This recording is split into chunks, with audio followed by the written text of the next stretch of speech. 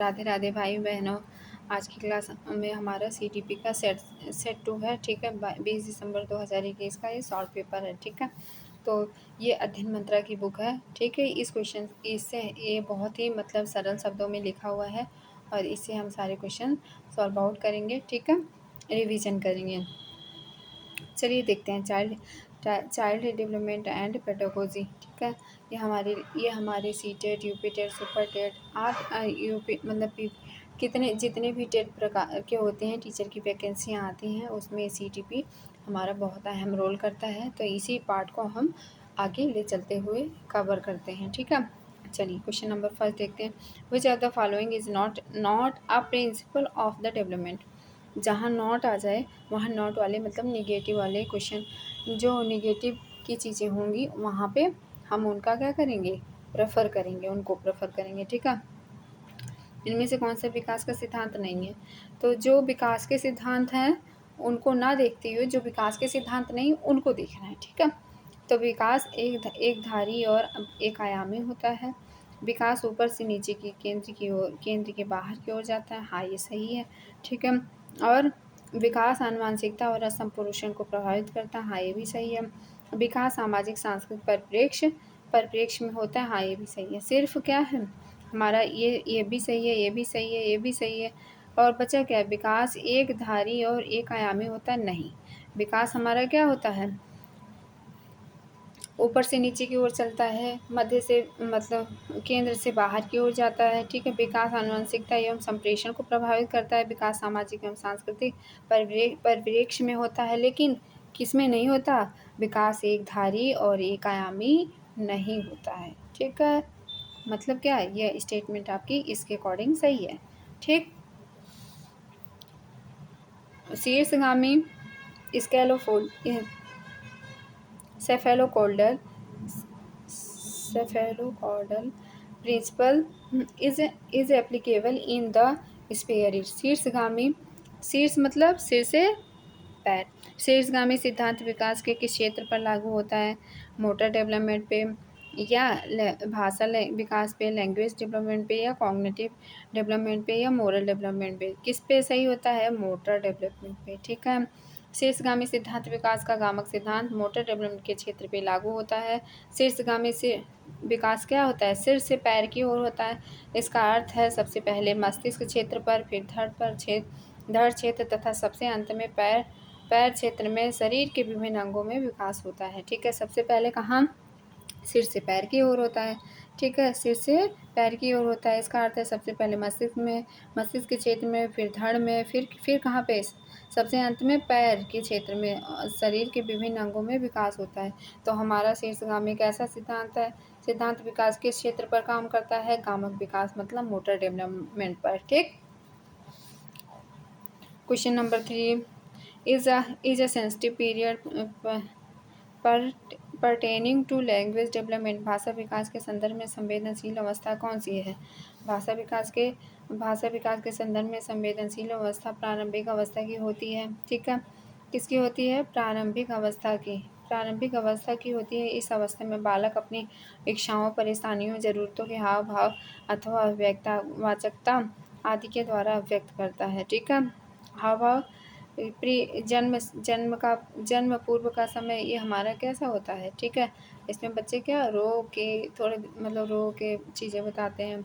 मध्य बचपन और क्या युवावस्था ये भी नहीं है। तो प्रारंभिक अवस्था ये ऐसी होती है भाषा के विकास के संदर्भ में संवेदनशील अवस्था। ठीक है, इसमें सब बच्चे क्या अपने माँ बाप से, अपने फैमिली में जो जैसा बोलता है उसी के अकॉर्डिंग बच्चे क्या होते हैं, धीरे धीरे सीखना स्टार्ट कर देते हैं।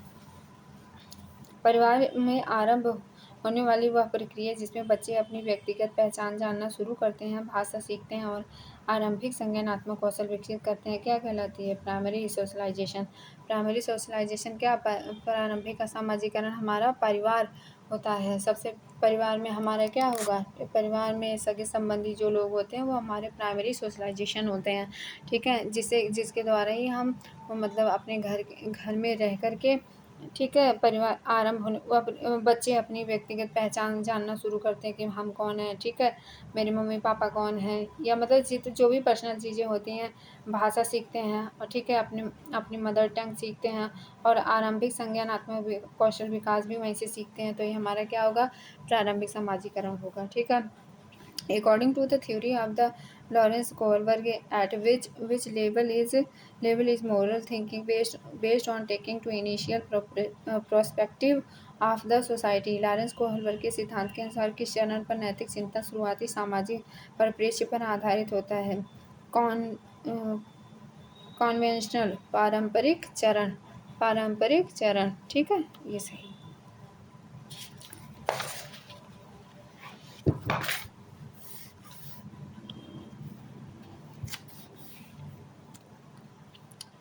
From a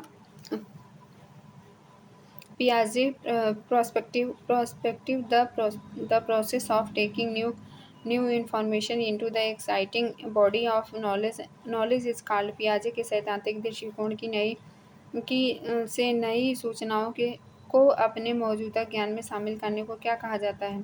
समायोजन या सामाजिकरण या आत्मसातकरण या संगठन। इसे हम क्या कहते हैं? आत्मसातकरण। क्यों कहते हैं? देखिए, पियाजे के सैद्धांतिक दृष्टिकोण से नई सूचनाओं को अपने मौजूदा ज्ञान में शामिल करने को आत्मसातकरण एसिमिलेशन कहते हैं, अर्थात नवीन अनुभवों में पूर्ववर्ती विद्यमान बौद्धिक संरचनाओं में यथावत व्यवस्थित करने की प्रक्रिया आत्मसातकरण है। बालक अपनी समस्या का समाधान करने के लिए तथा वातावरण के साथ समन्वय स्थापित करने हेतु पूर्व में सीखी गई क्रियाओं का सहारा लेता है। जैसे बालक साइकिल सीखता है तो उसे बाइक सीखने में मदद मिलती है, ठीक है। मीना अब शब्दों का प्रयोग करने लगी और यह समझने लगी है कि शब्द वस्तुओं के प्रतीक हैं। अब तर्क करने लगी है, परंतु प्रत्ययों का संरक्षण और क्रमबद्धता नहीं कर पाती। मीना पियाजे के संज्ञानात्मक विकास की किस अवस्था में है? मीना विकास के अमूर्त संक्रिया अवस्था क्या होती है? अमूर्त संक्रिया अवस्था मतलब वो सारी चीज़ों को समझ ले, बोल ले, ठीक है। अमूर्त मतलब जो अमूर्त चीज़ें हैं उनको भी समझ ले, ठीक है। और संवेगी कामक अवस्था ये होगा नहीं। और मूर्त संक्रिया अवस्था मूर्त अगर होती तो वो सारी चीज़ों को जान न लेती, तो ये हमारी क्या होगी? पूर्व संक्रिय अवस्था, ठीक है। पूर्व क्या है? संक्रिय अवस्था होती है, ठीक है। अब समीपस्थ विकास के क्षेत्र में संप्रत्यय किसने प्रतिपादित किया?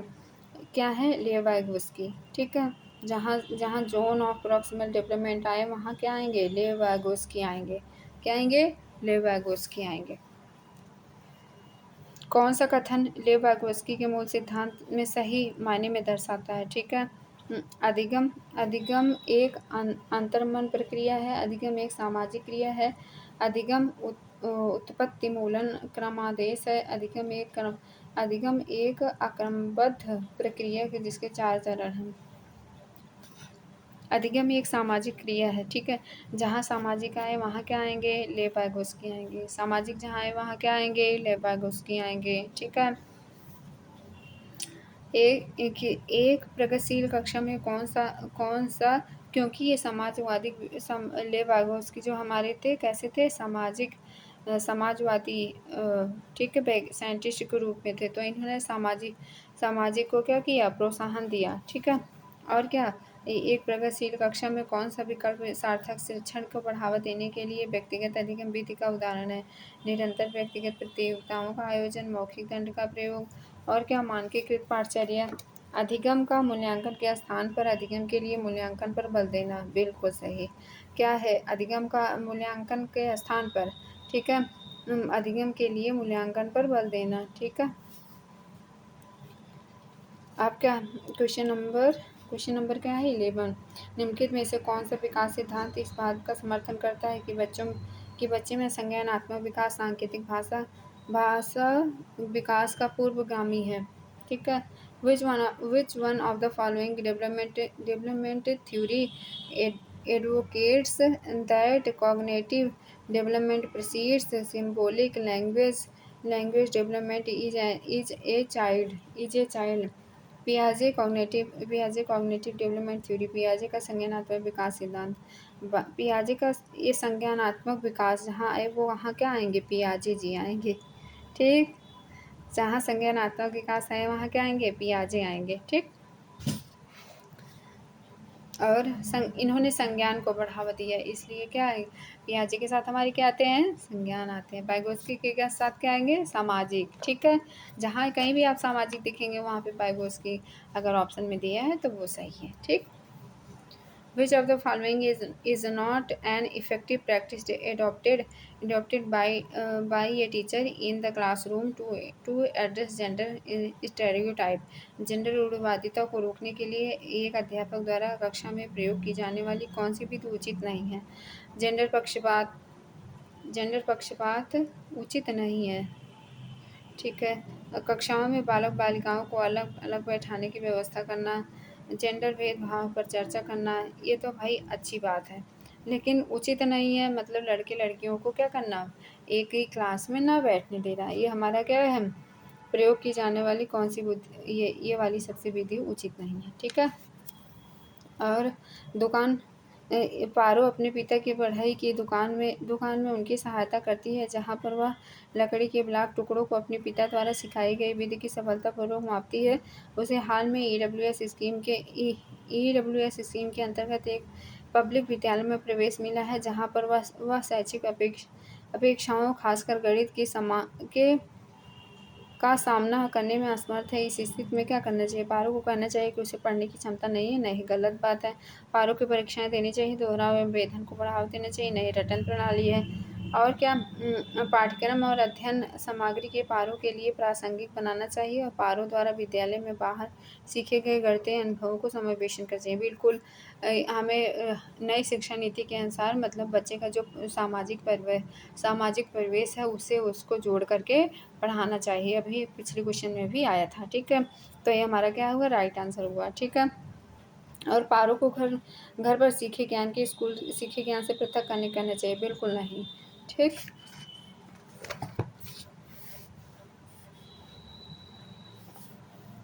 सेंसिटिविटी टू द साउंड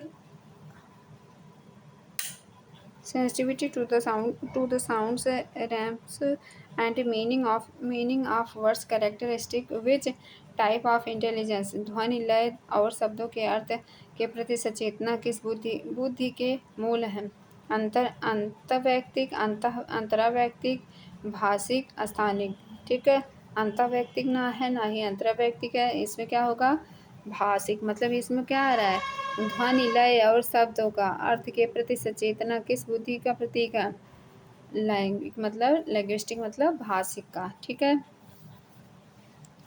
भाषा से ही जुड़ा हुआ है ध्वनि लय। ठीक है, शब्द एक सामाजिक संरचनात्मक कक्षा में कौन सी आकलन विधि सबसे उपयुक्त होगी, सबसे उपयुक्त रहेगी सहयोगी प्रायोजित कार्य। ठीक है, एक शब्दोत्तरी वाले परक प्रश्न, मानक परीक्षण, मात्र स्मरण पर आधारित आकलन विधि का अधिक उपयुक्त रहेगी, ये भी गलत है। मानक परीक्षण भी स्टैंडर्ड निगेटिविटी में आता है ये। ठीक है, objective question having one word answer, एक शब्द उत्तर वाले वस्तु का प्रश्न परक, ये भी गलत है।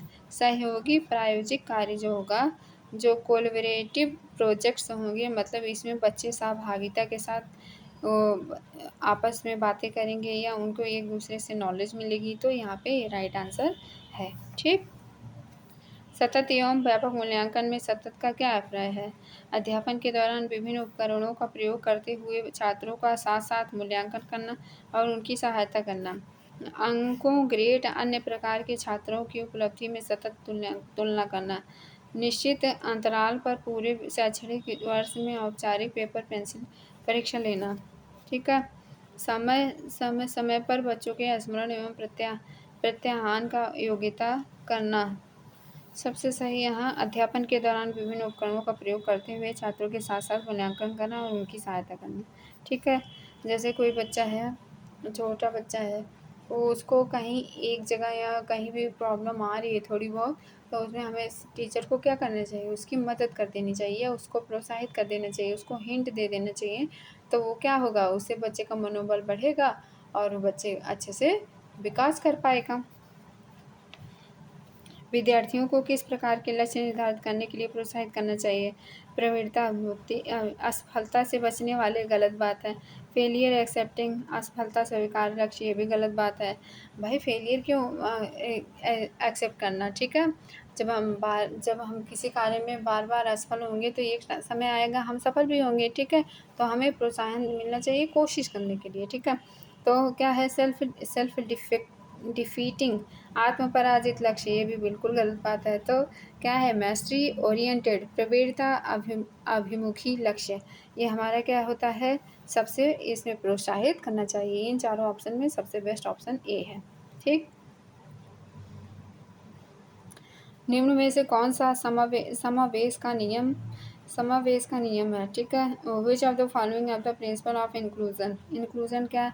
विभेदन भेदभाव, गलत बात है। मानकीकृत ये स्टैंडर्डाइज्ड इंस्ट्रक्शन जो होता है निगेटिविटी को शो करता है, ठीक है? एक्सेप्टेंस ऑफ इंडिविजुअल डिफरेंस, इन व्यक्ति विभिन्नताओं को स्वीकार करना। सेजरेशन एंड लेबलिंग पृथक्करण नामांकित करना, ये भी भाई बांटना नहीं है बच्चों को अलग अलग, ठीक है? व्यक्ति विभिन्नताओं को स्वीकार करना, व्यक्ति विभिन्नताओं मतलब इसमें इसका सेंस ये है कि बच्चे भिन्न भिन्न प्रकार से अलग अलग क्षेत्रों से आते हैं, उनके अंदर अलग अलग तरीके की एबिलिटी होती है।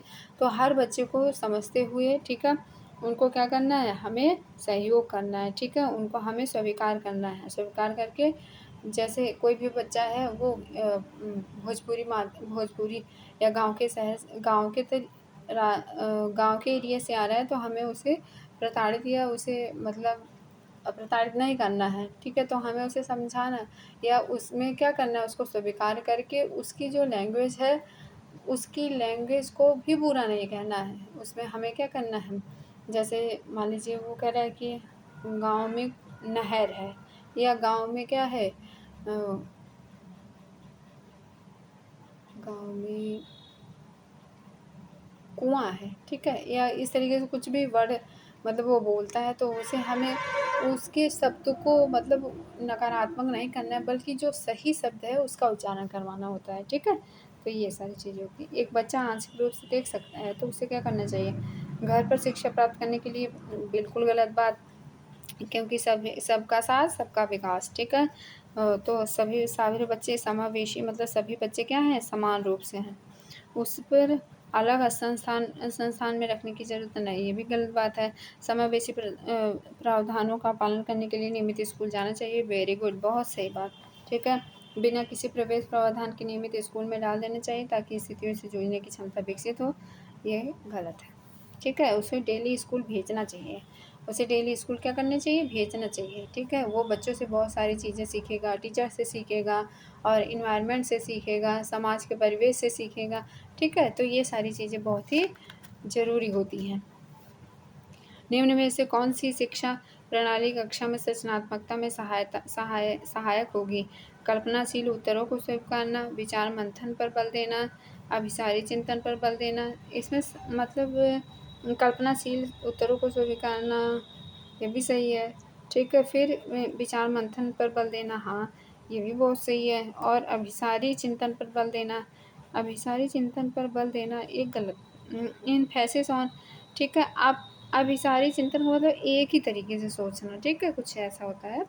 और असहमत के प्रति सहनशीलता, ठीक है? ये भी सही है, ठीक? तो यहाँ पे क्या होगा, कक्षा में सृजनात्मकता में सहायक निम्न शिक्षा प्रणाली होगी: कल्पनाशील उत्तरों को स्वीकारना, विचार मंथन पर बल देना, असहमत के प्रति सहनशीलता होना, छात्रों को तर्क व चिंतन संबंधित गतिविधियों हेतु प्रेरित करना, सामूहिक प्रोजेक्ट कार्य पर बल देना, अधिकतम विचारों को सृजन पर बल देना। जबकि अभिसारी चिंतन में बालक पहले से ही बने नियमों और तथ्यों के आधार पर किसी समस्या का हल निकालता है, ठीक है? मतलब रटे रटाए पहलू होते हैं, जो भी चीज़ें होती हैं उसी पे हमें फॉलो करना होता है। तो ये हमारे लिए क्या है, ये हमारे लिए उतना सही नहीं है, ठीक है? क्वेश्चन नंबर 21, एक स्वर चिंतन आत्मविमोह वाले छात्र जो आयोजित सत्र की सामूहिक क्रियाकलापों को करने में कठिनाई का सामना कर रहा है की सहायता करने के लिए निम्नलिखित में से कौन सी विधि समावेशी दृष्टिकोण के अनुरूप नहीं है? ठीक है, सबका विकास सब ठीक है, सबका विकास सबका साथ, ठीक है। तो giving appropriate visual and and return material to be used during the group work, सामूहिक कार्य के दौरान उपयुक्त प्रत्यक्ष और लिखित सामग्री देना। गलत बात है। बच्चों को कम शोर वाले विशांत वातावरण में युग्मों के कार्य करने के लिए अनुमति देना। बच्चों को विशेष स्कूल में भेजना, ये तो बिल्कुल क्या कह रहा है, समावेशी दृष्टिकोण के अनुरूप नहीं है। तो इसमें जो नेगेटिव यही है कि बच्चों को विशेष स्कूल में भेजना नहीं है। ठीक ठीक, तो राइट आंसर इसका ये हो गया। अब in primary classroom the teacher must student to ask question, एक प्राथमिक कक्षा में शिक्षक को छात्रों को प्रश्न पूछने के लिए प्रोत्साहित करना चाहिए। Very good. हतोत्साहित नहीं करना चाहिए, कभी अनुमति नहीं देनी चाहिए, भी गलत बात है। पानी सजा नहीं देनी चाहिए। तो राइट आंसर हमारा क्या हुआ, इनकरेज। ठीक है, वैसे भी पॉजिटिविटी में इनकरेज मतलब प्रोत्साहित करना आता है। ठीक है, और विद्यालयों को छात्रों में पाठ्य पुस्तकों को याद करके पुनः उगल देने की योग्यता के स्थान पर उनमें अपनी आवाज़ उठाने, जिज्ञासा शांत करने, क्रियाशील होने, प्रश्न पूछने के बाद विवाद करने, समूह में चर्चा करने की योग्यता विकसित करनी चाहिए। वेरी गुड, बहुत सही। ठीक है, और क्या कह रहे हैं, अधिगम का स्वरूप क्रियाशील एवं सामाजिक है, ये भी सही बात है। तो ये पहले और दूसरे सही हैं। और ये हमारा क्या कर रहा है, इसका ये क्वेश्चन राइट आंसर ये है, क्या है, ए और दोनों सही है, और सही व्याख्या करता है एक ही। ठीक है, एक विशेष विषय में ज्ञान और संबंधों को सुव्यवस्थित तथा निरूपित करने के लिए आलेखी साधनों का प्रयोग क्या कहलाता है, खंड कहलाता है, अग्रवर्ती, आयोजक, स्मृति, सहायक या संकल्पना मानचित्र क्या कहा जाता है, कॉन्सेप्ट मैप मतलब संकल्पना मानचित्र कहा जाता है। क्यों कहा जाता है, एक विशेष विषय में ज्ञान और संबंधों को सुव्यवस्थित तथा निरूपित करने के लिए आलेखी साधनों का प्रयोग संकल्पना मानचित्र कॉन्सेप्ट मैप कहलाता है। यह जानकारी को व्यवस्थित करता है और उसे चित्रात्मक रूप से प्रस्तुत करता है, जिसमें यह याद रखना आसान होता है। ठीक है, तो संकल्पना मानचित्र जो चीज़ें होती हैं, मतलब हम एक बार मैप मान लीजिए बना लेते हैं, तो हमारे माइंड में थोड़ी मतलब कि 80 to 90% हम ये कह सकते हैं कि सेट हो जाता है। ठीक है, यह उसको देख करके क्या, यह जानकारी व्यक्तिगत है और चित्रात्मक रूप से प्रस्तुत करता है, जिससे वो याद करने में क्या होता है, आसान होता है। ठीक, उस उदाहरण के चुनिए जो आंतरिक प्रेरणा को दर्शाता है। रोशनी परीक्षा में अच्छे अंक के लिए परिश्रम कर रही है, क्योंकि उसके माता पिता ने उसे 90% से ऊपर लाने के लिए घड़ी दिलाने का वादा किया है ना भाई। ये बाहरी क्या है, बाहरी प्रेरणा है। ठीक है, रूमी अपना गृह कार्य कर रही है, क्योंकि उसके माता पिता टीवी देखने कहेंगे। मतलब क्या, ये भी एक तरीके का क्या है कि तुम ये काम कर लोगे तो हम ये काम करने को देंगे, तो एक तरीके का लालच या इस तरीके से कह सकते हैं। ठीक है, और मतलब ये भी बाह्य प्रेरणा है। और रोमा बहुत सी पुस्तकें पढ़ रहे हैं, क्योंकि रीडिंग स्टार बोर्ड में अपना नाम ऊपर लाकर वह आपके प्रशंसा पानी चाहती है। ये भी बाहरी क्या है, प्रशंसा है। ठीक है, और क्या है, अपनी परियोजना कार्य के लिए रवि विभिन्न स्रोत तलाश कर रहा है, क्योंकि उसे नई जानकारी लेने में रुचि रखता है। तो ये हमारी रुचि लेना क्या है, आंतरिक प्रेरणा है। ठीक है, इनमें से कौन सी नीति छात्रों को चिंता का सामना करने में सहायता नहीं देती है। पहला क्या है, छात्रों को अधिगम की प्रभावकारी एवं अर्थपूर्ण विधियाँ सिखाना, छात्रों को लघु अवधि के यथार्थवादी लक्ष्य निर्धारित करने में सहायता देना, छात्रों को अपनी चिंता के अनुभूति के स्रोत पहचानने में मदद करना, कक्षा में छात्रों के प्रदर्शन एक दूसरे से तुलना करना। सहायता नहीं करता है तो तुलना नेगेटिव है, तो ये भी नेगेटिव है, तो इस तरीके से सही हो गया। ठीक है, रचिता एक गणित अध्यापिका अपने छात्रों की भाषा कथन वाले प्रश्नों में सही प्रक्रिया पहचानने में त्रुटियों का विश्लेषण कर रही है। ठीक है, अधिक त्रुटियों वाले छात्रों को कम त्रुटियों वाले छात्रों से पृथक करना गलत बात है। ठीक है, अधिक त्रुटियों वाले छात्रों को दंड के रूप में दंड भैया बिल्कुल ही नहीं देना है। ठीक है, दंड क्या करना है, बिल्कुल ही नहीं देना है। ठीक है, त्रुटि सुधार के लिए अभ्यास वाले अधिक प्रश्न देना, और क्या, फिर त्रुटियों को समझना, क्योंकि वह छात्रों के चिंतन के समझने में मदद करती हैं। ठीक है, ये हमें मेन पॉइंट ये हमें समझना बहुत ज़रूरी होगा कि बच्चे कहाँ गलत कर रहे हैं और क्यों गलत हो रहा है। ठीक है, तो राष्ट्रीय शिक्षा नीति 2020 किस पर बल देती है, परीक्षा के लिए पढ़ना, स्मरण आधारित शिक्षा, वेधन एवं अभ्यास, संप्रति समझ, सम कॉन्सेप्चुअल अंडरस्टैंडिंग जो हमारी होती है, संप्रति समझ, ठीक है। इसको ये क्या करती है, इस पर बल देती है, ठीक है। बच्चे की शिक्षा शास्त्र द्वारा सबसे अधिक अर्थपूर्ण अधिगम करते हैं, ठीक है। जब वे कार्यों के क्रियाशीलता में भाग लेते हैं, तो जैसे उनकी अकॉर्डिंग का या उनको कुछ ऐसा कार्य है जो एक्टिविटी में वो पार्टिसिपेट करना चाहते हैं, उसमें पार्टिसिपेट करते हैं, तो वो अपना 100% देते हैं ना। तो जब उन कार्यों में क्रियाशीलता में भाग लेते हैं, कोई भी एक्टिविटीज़ है उसमें भाग लेते हैं, तो वो अपना क्या करते हैं, अगर उनके मतलब मनपसंद का है तो वो उसमें वो 100% देते हैं, जी जान लगा देते हैं, ठीक है। गिविंग छात्रों को विभिन्न प्रकार की सामग्री का प्रावधान करवाना और उन्हें अपने अधिगम का स्वनिर्देशित करने में स्वतंत्रता देने को बढ़ावा देने की एक विधि है। रोट लर्निंग बिल्कुल गलत, कॉम्पिटिटिव लर्निंग बिल्कुल गलत, डिस्कवरी लर्निंग हाँ, अन्वेषित अधिगम जो होता है ये राइट है। Learning through instruction. अब देखते हैं क्या, छात्रों को विभिन्न प्रकार की सामग्री का प्रावधान करवाना और उन्हें अपने अधिगम को स्वनिर्देशित करने के लिए स्वतंत्रता देना, ठीक है। बढ़ावा देने के लिए एक विधि है। इस विधि में अध्यापक किसी विषय वस्तु को व्याख्या सीधे ढंग से नहीं करते, बल्कि प्रश्नों के द्वारा छात्रों के स्वयं खोजने एवं बातें करता है। मतलब इसमें बच्चे क्या करते हैं, खुद ही सारे क्वेश्चन का आंसर ढूंढते हैं, ठीक है। तो इसलिए उनका क्या बढ़ेगा, नई खोज के लिए हमेशा वो क्या करते हैं, हमेशा सक्रिय रहेंगे और हमेशा क्या करेंगे, नई खोज के लिए क्या करेंगे, तत्पर रहेंगे। तो ये हमारा सेकेंड सेट कंप्लीट हुआ, ठीक है। तो आप अच्छे से पढ़ेंगे और रिवीजन करेंगे, ठीक है। बार बार रिवीजन करने से ही कोई चीज़ आती है, ठीक है। Thank you class.